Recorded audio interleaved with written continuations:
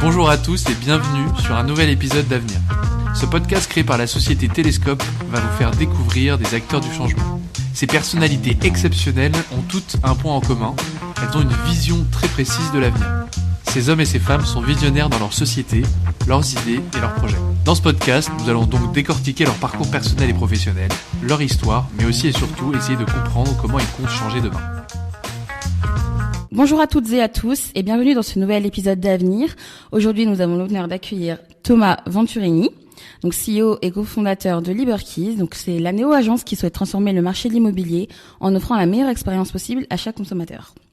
C'est bien ça, Thomas? Oui, bonjour Vanna, merci de me recevoir. Comment tu vas? Ça va super bien, très heureux d'être là. Super, merci d'avoir accepté notre invitation. Écoute, on va directement aller dans le vif du sujet. Est-ce que tu peux te présenter en quelques mots pour celles et ceux qui ne te connaîtraient pas?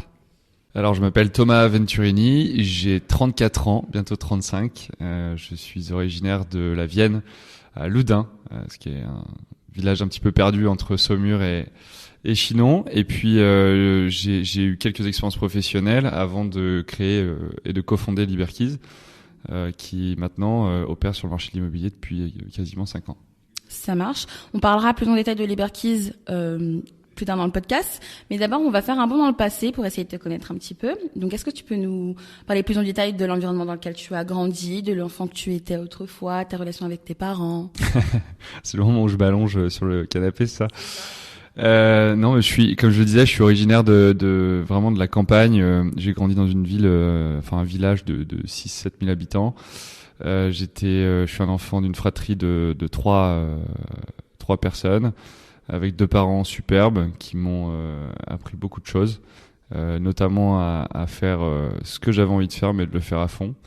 Et donc très rapidement à 16 ans, j'ai quitté le domicile pour être interne. À 18 ans, je suis parti 1 an en Australie où j'ai fait à peu près tous les jobs possibles et inimaginables, les moins bien payés. J'ai appris là-bas beaucoup de choses, notamment à me débrouiller vraiment seul, vraiment seul. J'ai appris aussi que j'étais fan de plongée parce que j'ai appris à plonger là-bas. J'ai également appris à parler anglais parce que j'avais un niveau catastrophique. J'étais plutôt très bon en sciences, moins bon en lettres. Et puis à mon retour, j'ai décidé du coup de me lancer dans quelque chose dans lequel je croyais pas forcément, mais je croyais surtout qu'il y avait des opportunités derrière, qui étaient du droit. J'ai fait une licence. Et puis en fait, ça m'a pas plu du tout. Donc je suis parti dans une école de commerce où là j'ai fait de la finance et du business et ça m'a beaucoup plus intéressé. Moi, j'ai une question. Pourquoi avoir choisi l'Australie? Et quel était ton état d'esprit quand t'es parti? Est-ce que tes parents, ils étaient assez confiants de te laisser partir aussi loin? Alors pas du tout. En fait, j'avais c'est une très bonne question. Ça s'est pas forcément très bien passé. En fait, j'avais 18 ans. Je savais pas du tout ce que je voulais faire dans la vie. Et j'avais envie de partir le plus loin possible seul, et dans un pays qui me faisait rêver, qui était l'Australie. Et donc à 18 ans, je suis un peu parti contre l'avis de mes parents. La seule manière avec laquelle je pouvais partir, c'était parce qu'ils devaient quand même me payer le billet d'avion. C'était d'être jeune homme au pair. Donc j'ai réussi en très peu de temps à trouver une famille qui voudrait bien de moi. Je suis arrivé là-bas à Perth dans le sud-ouest et en fait il se trouve qu'au bout de 3 semaines je me suis fait virer de cette famille de jeunes hommes au pair. Mince. Donc c'était assez bizarre parce que déjà dans l'avion pour aller là-bas je parlais très mal anglais, donc dans l'avion la personne me demande do you want fish or chicken et j'ai répondu yes et ça a duré 3 fois et donc au bout de la 3e fois elle m'a donné je sais plus le poulet ou le poisson, donc bref je suis parti. Donc c'était compliqué. J'arrive dans une famille où la maman est divorcée anglaise, urgentiste, donc quasiment jamais à la maison. Son enfant est hyperactif et frappe sa mère. Et on était en 2006 ou 2007. Il n'y avait pas encore l'iPhone, il n'y avait pas WhatsApp. Donc quand on devait se parler avec mes parents, c'est eux qui m'appelaient. Ils m'appelaient sur une cabine téléphonique. Et un jour, l'enfant voulait pas rentrer. Il commence à s'énerver, à me crier dessus. Et puis là, du coup, je lui dis que ça va plus, quoi. Et donc il part en courant. au domicile à son domicile. Il retrouve sa mère. Moi, je courais après lui parce que j'avais peur pour lui. Je pense que ça a juste accéléré sa course. Il s'est dit, il va me frapper alors que c'était pas le cas. Enfin bref, du coup, je suis rentré à la maison. J'ai rien compris à ce qu'il a dit à sa mère. Et sa mère m'a dit, écoute, à 18h ce soir, tu prends tes affaires, tu pars. Oh non. Donc, je me suis retrouvé à Perth, sans le sou, sans savoir où dormir, à 18h, et sans parler anglais. Et là, c'était trois semaines assez compliquées. J'ai même mendié parce qu'en fait j'avais trouvé un boulot de car washing où je lavais des moteurs avec une brosse à dents. Il fallait revenir dans Perth à mon backpacker le soir et j'avais pas assez d'argent pour payer le bus, donc c'était assez marrant, un peu traumatisant à certains aspects mais assez marrant. Et je voulais absolument pas appeler mes parents parce que j'avais cet ego et cette volonté de me débrouiller tout seul, et donc ils étaient au courant de rien. Puis je me suis débrouillé, et puis de fil en aiguille j'ai aussi fait de belles rencontres qui m'ont permis de commencer à gagner suffisamment d'argent, de rembourser les quelques dettes que j'avais là-bas. Je me suis fait au tout début avec certaines personnes que j'ai rencontrées, et puis ensuite j'ai pu m'acheter une voiture, apprendre à plonger sur un yacht. Enfin, c'était génial, quoi. Au final, t'en as tiré de bonnes leçons. Enfin, aujourd'hui, tu diriges une entreprise, tu fais ce que t'aimes, j'imagine. Donc, ouais, c'était génial. Ouais. Franchement, je le conseille à tout le monde. Je le fais déjà parmi mes équipes. Je le conseille à vraiment tout le monde. Partir loin, partir seul, ça oblige à rencontrer de nouvelles personnes. Et puis surtout partir pour travailler aussi à l'étranger. Parce que ça permet de rencontrer rapidement de nouvelles personnes et pas de les rencontrer dans un environnement de fête où il peut y avoir des personnes qui sont plutôt de passage, mais rencontrer des personnes qui sont là pour le temps long, qui sont là pour le voyage et pas le tourisme, ce qui est quand même une nuance assez importante. Et puis je le conseille tôt, le plus tôt possible, peut-être même avant les études. Je trouve que ça forge un caractère. Et du coup, oui, en effet, j'ai appris énormément de choses. Déjà, j'ai appris à parler anglais vraiment.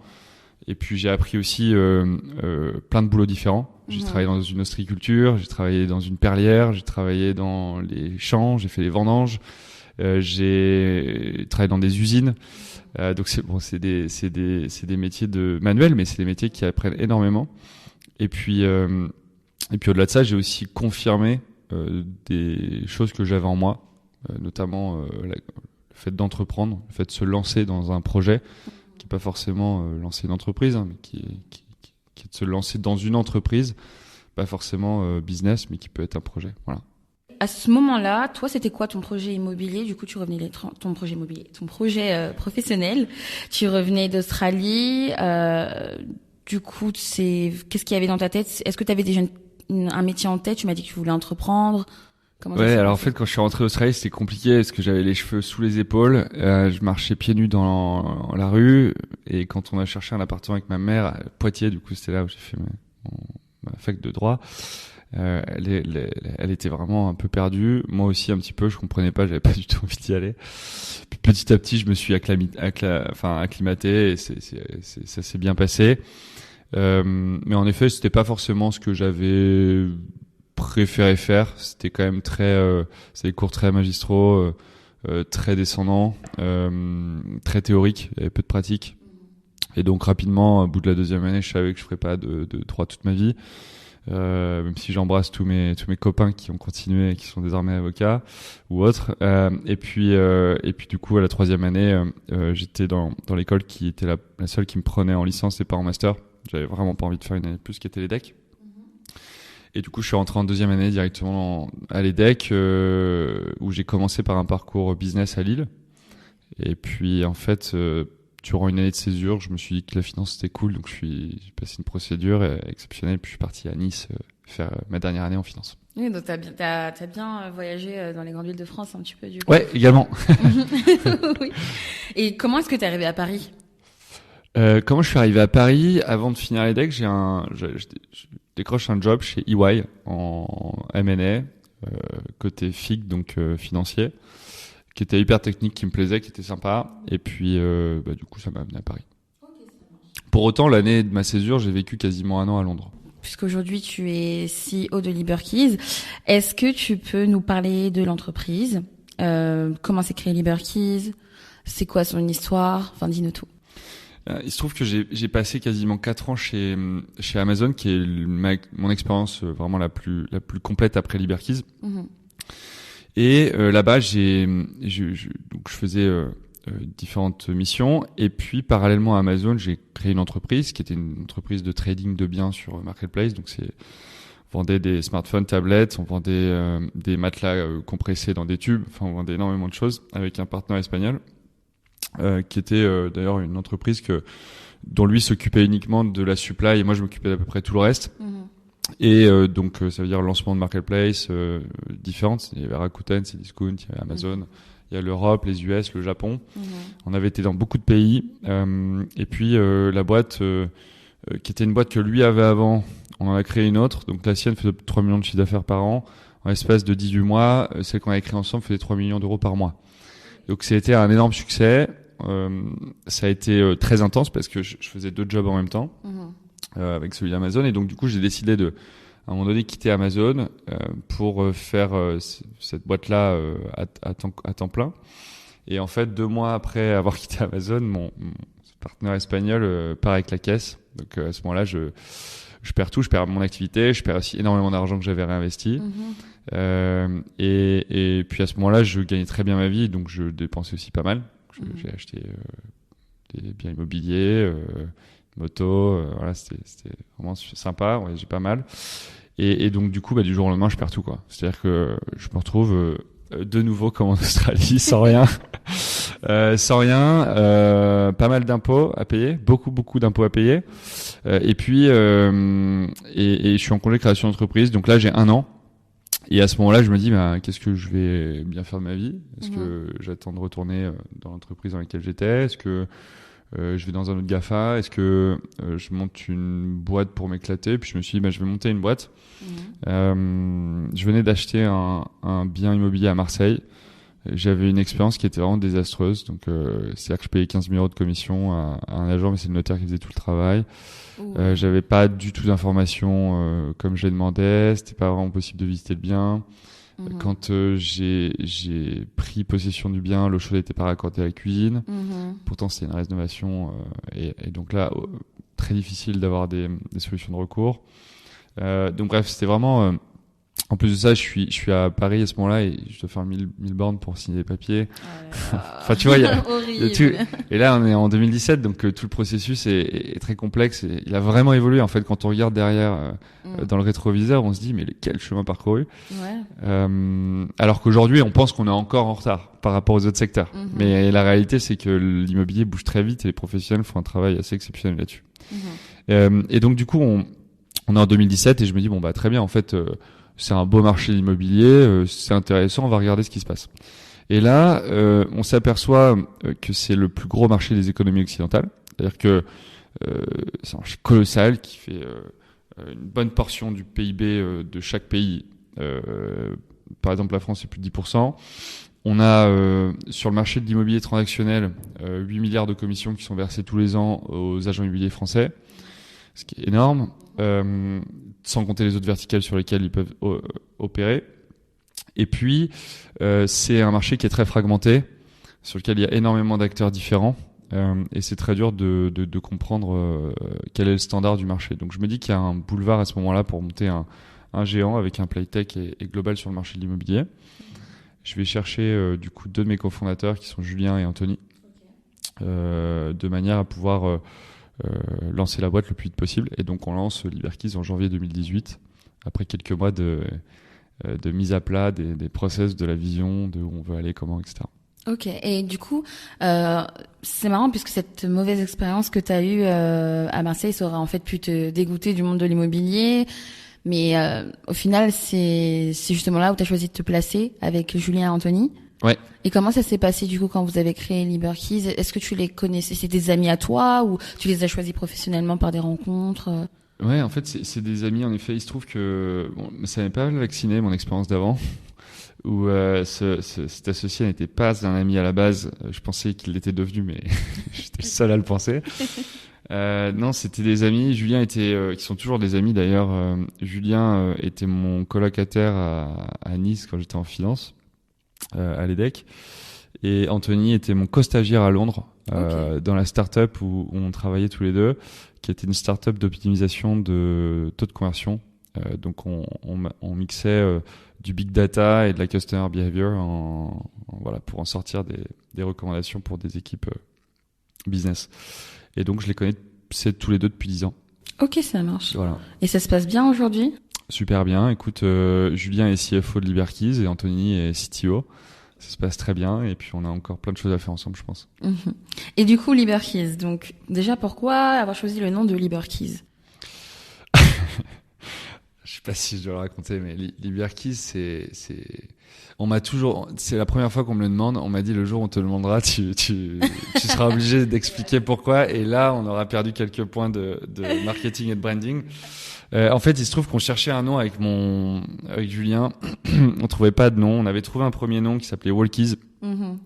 Mais Walkies, c'était très proche de Wellkeys, qui est une start-up dans la conciergerie immobilière. Et c'était en fin 2017 et il lève 700 000 € à ce moment-là. Donc on se dit mince, on s'est râpé pour Wellkeys. Du coup, on cherche un autre nom. On trouve plein de noms, mais dans d'autres secteurs ou pour d'autres projets. On avait Warming Parties, par exemple, pour t'aider à faire tes pendaisons de crémaillère clé en main. Voilà, c'était des idées un peu ridicules qu'on avait, mais à un moment donné, Julien m'appelle, il me dit écoute, j'ai trouvé Liberkeys, c'est super cool. Et je lui dis ouais, c'est pas mal, mais comment t'as trouvé ? Il me fait écoute, je suis à Lille, là, je viens de passer devant une camionnette, il y a écrit Liber Kebab dessus, j'ai enlevé Kebab, j'ai mis Keys, et du coup, ça m'a donné Liberkeys. Et Liberkeys, bah c'est la liberté, c'est les clés, c'est une manière simple aussi de voir les choses. Ok, mais c'est super comme histoire. Ouais, c'est super. C'est super. Et du coup, Liberkeys, c'est quoi ? Alors, Liberkeys, c'est un projet qui vise à te permettre de consommer de l'immobilier de manière simple, abordable et pratique. En fait, l'idée de départ, c'est que aujourd'hui, le foyer, c'est le début de tout. Le foyer, c'est là où tu vas créer tes souvenirs, ta sécurité, tu vas avoir un toit, c'est là où tu vas créer ton patrimoine immobilier aussi, c'est là où tu vas créer ta famille, tu vas avoir tes enfants, voilà, et il va se passer plein de choses dans le foyer, et donc le foyer est le début de tout pour nous, c'est une croyance fondamentale. Partant de là, il se trouve qu'aujourd'hui c'est toujours aussi pénible, complexe de créer son foyer. Et donc nous on vient en soutien avec la technologie pour retirer la pénibilité de la construction de ce foyer et donc te permettre de mieux consommer de l'immobilier. Voilà, donc ça c'est le projet de Liberkeys. Comment ça se concrétise aujourd'hui dans les faits? Donc Liberkeys, c'est d'abord une néo-agence immobilière qui apporte tous les services de l'agence immobilière aux particuliers de manière modernisée. Donc par exemple sur la transaction, on va avoir d'un côté un agent immobilier qui va être ce qu'on appelle augmenté par notre technologie, qui va donc être plus productif, plus heureux au travail et délivrer une meilleure expérience client. Cet agent-là va du coup avoir un consommateur qui lui aussi va avoir des parcours plus digitalisés, plus transparents, avec une donnée qui va être immédiate, en temps réel et précise, juste. Et donc ça va permettre aux deux parties, l'agent d'un côté et le consommateur de l'autre, de mieux travailler ensemble et donc d'avoir une vente qui va être plus rapide, généralement 2 fois plus vite que celle du marché, et puis une vente où chacun va gagner davantage d'argent. C'est-à-dire que le consommateur va tirer plus d'argent de son patrimoine et notre agent va être mieux payé que les standards du marché. Ok, ça marche. Et du coup, ce business model-là, tu l'as tiré de ta mauvaise expérience à Marseille, parce que tu me disais que c'était très compliqué, que tu avais dû faire 1000 kilomètres pour signer des papiers. Et en fait, aujourd'hui, vous répondez à à cette problématique-là et vous voulez simplifier ce parcours justement pour l'utilisateur et le consommateur immobilier. Oui, exactement. Sauf qu'on se dit aussi, l'axe B2C, il est intéressant, sauf que sur le marché de l'immobilier, t'as beau être numéro 1, on peut prendre par exemple le cas de Orpi ou d'IAD. Orpi à l'époque, je crois que c'était en 2018-2019, il déclare 8000 collaborateurs, 1200 points de vente et une vente, une location toutes les 3 minutes. C'est colossal, c'est juste énorme. Pourtant Orpi, 5% de part de marché. Donc en fait, quand t'es numéro 1 et gigantesque, t'es une piqûre de moustique pour le numéro 2. Donc la manière dont tu vas imposer des standards à d'autres acteurs du marché, elle n'est pas en étant un acteur uniquement B2C. Et donc si on regarde de l'autre côté, on a des géants comme Se Loger ou Le Bon Coin qui, eux, officient un peu comme eBay, c'est-à-dire qu'ils sont très verticalisés. Ils n'ont pas ils n'ont pas dans leurs mains l'ensemble de la chaîne de valeur et donc l'ensemble de l'expérience. Ils sont très verticalisés, tu cliques sur une annonce, mais derrière, ils savent pas ce qui se passe. Ouais. Et donc, du coup, pareil, ils peuvent pas imposer de nouveaux standards au marché de l'immobilier. Ils peuvent contribuer à aller dans une direction, mais ils peuvent pas forcément changer un standard. Et donc, c'est pour ça que chez Liberkeys, on a toujours eu à cœur de développer de la technologie pour nos agents. Et puis à un moment donné, on s'est dit, mais si on veut aller plus loin, on peut pas aider uniquement nos agents Liberkeys et les consommateurs Liberkeys. On doit aussi aller aider l'ensemble des agents de la profession. Et donc on a lancé ce deuxième axe B2B chez Liberkeys qui s'appelle Dome, qui est le substrat de la techno qu'on utilise chez Liberkeys et qu'on ouvre à la profession, à différents agents immobiliers traditionnels. Aujourd'hui, une centaine qui l'utilisent, mais on n'a pas déployé commercialement et on déploiera commercialement Dome, je pense, d'ici fin 2023, de manière à pouvoir aller accompagner davantage d'acteurs du secteur. Et concernant Liberkeys, c'est quoi les valeurs de l'entreprise? Est-ce qu'il y a une culture Liberkeys? Alors oui, il y a une culture, en fait, je dirais qu'elle est en transition.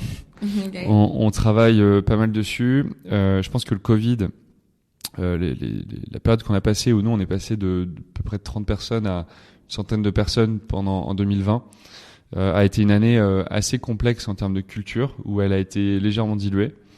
On a aussi une année 2021 qui était assez dense, où on a multiplié par 3 notre volume de vente, puisqu'on est passé de 350 à plus de 1000 transactions sur l'année 2021. Et donc ça a été 2 années qui ont été extrêmement riches en termes de business ou d'apprentissage marché-métier, et où on doit, du coup, à partir de 2022, et c'est ce qu'on a entamé depuis avril dernier, un gros travail pour renforcer notre culture. Notre culture, elle a vraiment 3 gros piliers. En tout cas, c'est la direction qu'on veut donner. Parce que on le voit de cette manière-là, si tu veux, on se dit, il y a des valeurs, et les valeurs, c'est pas quelque chose qu'on décide, c'est quelque chose qui c'est une résultante et c'est ce que vont dire les gens quand on va les interroger. Tout à fait. Donc les valeurs cibles qu'on va cibler avec Liberkeys vont être l'excellence, l'innovation et l'impact. Et si par contre, si on essaie méthodiquement de se diriger vers ces valeurs-là, on va mettre en place des leadership principles. Donc des principes ou des guides du comportement dans l'entreprise, c'est-à-dire qu'est-ce que tu rewards ou qu'est-ce que tu ne rewards pas comme comportement pour diriger du coup les comportements dans l'entreprise de manière à ce que l'ensemble des comportements forment les valeurs. C'est un peu ce qu'on explique dans nos équipes. Et donc chez nous, on a vraiment quelques principes. Le premier, et le plus fondamental, c'est que le consommateur est au cœur de toutes nos préoccupations. C'est-à-dire qu'on prendra toutes les décisions en fonction du consommateur, ce qui permet de te placer tout de suite dans une situation où tu ne regardes pas ton concurrent, qui lui a peut-être compris 6 mois après que le consommateur voulait quelque chose et il a mis 6 à 12 mois pour le mettre en place. Et donc toi, en fait, tu as tout de suite 18 mois de retard. Ça, c'est le premier point. Le deuxième point, c'est que c'est vraiment nos people qui font le produit ou le service, et c'est le produit ou le service qui fait le chiffre d'affaires, pas l'inverse. Donc les people de Liberkeys sont extrêmement importants. Et donc pareil, on a remis en place vraiment tout un objectif de qualité de vie au travail qui est très très important pour nous actuellement. Et puis ensuite, quelques autres sujets, notamment l'ambition et l'exigence qu'on doit avoir dans le travail. Ça marche. Et vous êtes basé uniquement à Paris ou est-ce que vous vous êtes développé du coup un peu dans d'autres villes en France? Alors on a 50% de notre business qui est en Île-de-France, donc le reste est fait à Lille, Lyon, Marseille, Montpellier, Nice. On a aussi Aix, Reims, tu vois, on s'étend. On a par contre un trou dans la raquette sur l'ouest, entre vraiment Rennes et Toulouse, qu'on n'a jamais lancé, qu'on va lancer d'ici les 6 à 12 prochains mois. Là, on est focalisé sur Rennes actuellement, et c'est pas anodin, parce qu'en effet, en avril dernier, on a closé un deal avec une prise majoritaire du groupe Crédit Mutuel Arkéa au sein de Liberkeys, avec un investissement significatif en cash-in, qui nous permet de nous développer à la fois sur le B2C et le B2B, et donc avec lequel il y a des synergies qui sont assez importantes, à commencer par la géographie. Parce qu'en effet, c'est un groupe qui est à peu près une personne bancarisée sur 2 en Bretagne et 1 sur 3 en Sud-Ouest. Du coup, il y a un élément de rassurance avec cette marque-là auprès de nos clients, mais également auprès du recrutement de certains agents immobiliers. Ça, c'est le premier point. Deuxième point, ils ont également beaucoup de propriétaires vendeurs, forcément, puisqu'un propriétaire est bancarisé. Et donc, du coup, c'est énormément d'acquisition de leads pour nous, potentiel dans les prochaines années. Ils ont également une grosse volonté de financer des crédits immobiliers, ce qui est vraiment une des composantes importantes de la banque.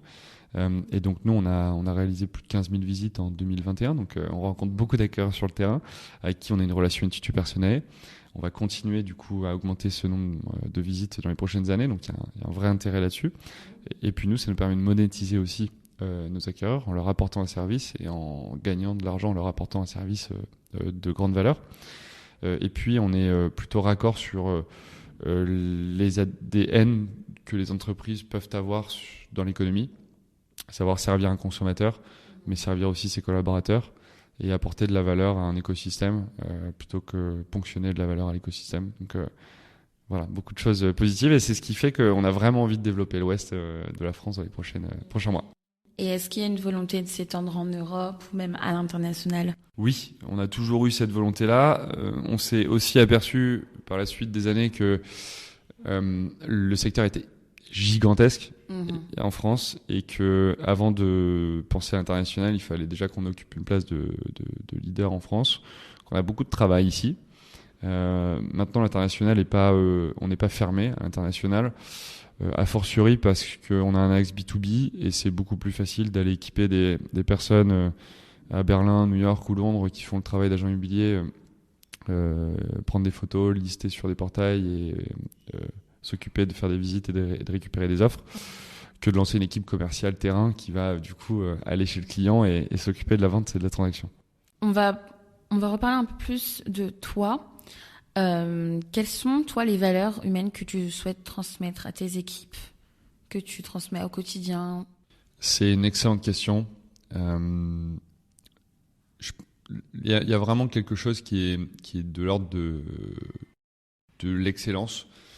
C'est très difficile d'être excellent. Je pense qu'on arrive à être excellent en étant exigeant au jour le jour et en étant curieux, en se formant, en apprenant, en allant chercher toujours une meilleure solution, en challengeant le statu quo, c'est-à-dire en remettant en cause l'ordre établi ou ce qu'on a pu faire jusqu'à maintenant. Et je crois vraiment dans cette vertu que l'environnement pro est un peu un terrain de jeu dans lequel on peut apprendre beaucoup de choses, qu'on peut réutiliser aussi dans l'environnement perso, et inversement. Et du coup, je suis loin d'être excellent, j'ai encore beaucoup de choses à apprendre, mais en tout cas cette quête, ça permet quand même de devenir chaque jour un peu une meilleure version de soi-même. En tout cas, c'est l'objectif. Et je pense que c'est la première chose professionnelle vers laquelle je souhaite que mes équipes aillent. C'est vraiment cette quête de l'excellence et tout ce que ça implique derrière pour l'avoir. Du coup, la curiosité, l'ambition, la remise en question, etc. Et puis, parallèlement, cette bienveillance impitoyable, c'est quelque chose qu'on m'a dit récemment, que je trouve vraiment intéressant, qui est d'être dur sur le delivery, bien sûr, mais toujours souple sur l'humain. Donc d'être bienveillant de manière impitoyable. J'ai trouvé que c'était vraiment une très belle manière de le dire. Oui, en effet. Quelle est ta plus grande fierté aujourd'hui dans tout ton parcours ? Je pense que ça a été d'être capable, en tout cas, de manière très humble, mais d'assembler un certain nombre de personnes autour du projet de Liberkeys, après m'être levé un matin à 8h. Et du coup, ça c'est vraiment cool. On a encore beaucoup de difficultés, beaucoup de choses à régler, beaucoup de challenges, beaucoup d'enjeux. On a aussi beaucoup de rêves et d'ambitions. Donc, on se dirige de plus en plus vers ce qu'on souhaite faire. Mais en tout cas, je dirais que c'est une plus grande fierté. Ok. Et parmi ces rêves et ambitions, du coup, est-ce que tu peux nous en citer quelques-uns si c'est pas indiscret ? Déjà, je pense qu'on peut devenir leader. On peut devenir un leader en tout cas. Et donc, il va falloir qu'on gagne en performance et en croissance encore, puisque j'aimerais qu'on le fasse le plus vite possible. On a dans ces rêves-là, j'aimerais que vraiment l'axe B2C et B2B soient assez synergiques ensemble et croient assez fort dans le futur, ce qui nous permettra de vraiment nous diriger vers une sorte d'écosystème qui nous permettra de pousser à certains standards dans le marché de l'immobilier. Et donc, mon rêve absolu, ce serait que pauvres, riches, middle class, tout le monde puisse correctement se loger et consommer de l'immobilier de manière simple, abordable et pratique, sans que ce soit un parcours du combattant. Et donc, voilà, mon rêve, ce serait que chacun puisse construire son foyer de manière agréable. Ok. Et j'allais te demander sur le plan personnel, pas forcément en tant que Thomas, cofondateur de Liberkeys, quel est ton projet? Est-ce que tu as des objectifs à toi que tu voudrais accomplir dans les prochaines années? Oui, on parlait du cycle pro-perso tout à l'heure et d'être curieux et que l'un nourrissait l'autre. Mon cycle perso est un peu trop court depuis quelques années, donc je souhaite l'allonger de manière à avoir plus de temps perso. C'est le premier objectif personnel. Et puis ensuite, moi j'ai toujours voulu aller au bord de la mer, donc je pense que ce serait un rêve de pouvoir m'y diriger et puis profiter de tout sport aquatique comme la plongée, surf que j'affectionne particulièrement. Voilà. Ok. Et du coup, dernière question, donc on pose à tous nos invités, et c'est l'intitulé du podcast. Quelle est ta vision de l'avenir avec du coup tout ce que tu nous as raconté, ton parcours, ton histoire, Liberkeys, comment tu te projettes? Il y a deux avenirs. Il y a celui qui est macroéconomique, qui est, je pense, à regarder à court et long terme. Je pense que long terme, il y aura pas trop de sujets. Même psychologiquement, on va faire face à certains challenges qui vont du coup impacter la macroéconomie. Je pense qu'à court terme, ça va être plus compliqué. Beaucoup d'entreprises sont en difficulté actuellement en termes de cash ou même de croissance. Donc là, le sujet, ça va vraiment être de préserver le cash, de structurer une bonne croissance, de continuer d'investir sur les sujets long terme et notamment tech, de manière à ce que quand que ce contexte court terme est passé, les entreprises puissent avoir des avantages compétitifs. Donc je pense que les crises font des leaders. Je pense que c'est une bonne opportunité pour certains. Et puis ensuite, en ce qui concerne Liberkeys, en tant que tel, je pense que justement on a une opportunité ici. Ce que j'explique souvent à mes équipes, c'est un terme chinois qui s'écrit Weiji et qui explique qu'une crise, en fait, eux ne voient pas la crise comme nous on la voit, ils la voient plutôt comme une opportunité.